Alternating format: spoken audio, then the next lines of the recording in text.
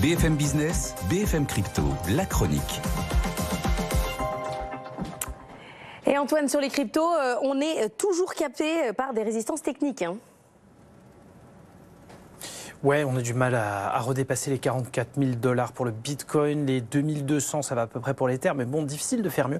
En revanche, Solana est en train de finir l'année en fanfare et dépasse les 100 $ à nouveau, plus haut de mai 2022. Tranquillement, on gagne quasiment 40% encore en 5 jours et plus de 1000% de gagné depuis le début de l'année. Bon, on racontait hier, Antoine, à quel point l'année des cryptos avait été mouvementée, mais vous me direz, c'est un peu le principe. On ne va pas sur les cryptos si on ne s'attend pas à du mouvement. Il y a quand même eu des performances stratosphériques, vous le racontiez à l'instant. 2023, c'est quand même un peu l'année des vaches maigres en matière d'investissement du côté du capital risque en faveur des grands acteurs du secteur. Là, il y a de quoi faire.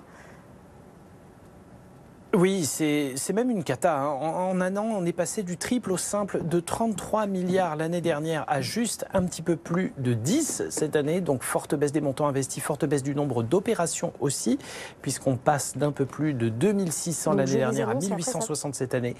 Donc oui, malgré un vrai rebond notable des cours des cryptos et de l'activité dans le secteur en cette fin d'année, c'est vraiment pas le Pérou. Malgré tout, il faut reconnaître que ça reste quand même pas trop mal fondamentalement. On est sur la 3e meilleure année ever en termes de capital investissement sur le secteur, mais clairement on a droit à un gros coup de froid. Cela dit, les facteurs intéressants, les grands secteurs d'activité privilégiés sont en train de changer du tout au tout. On avait l'année dernière un vrai engouement pour les NFT, les jeux sur blockchain, les initiatives de décentralisation.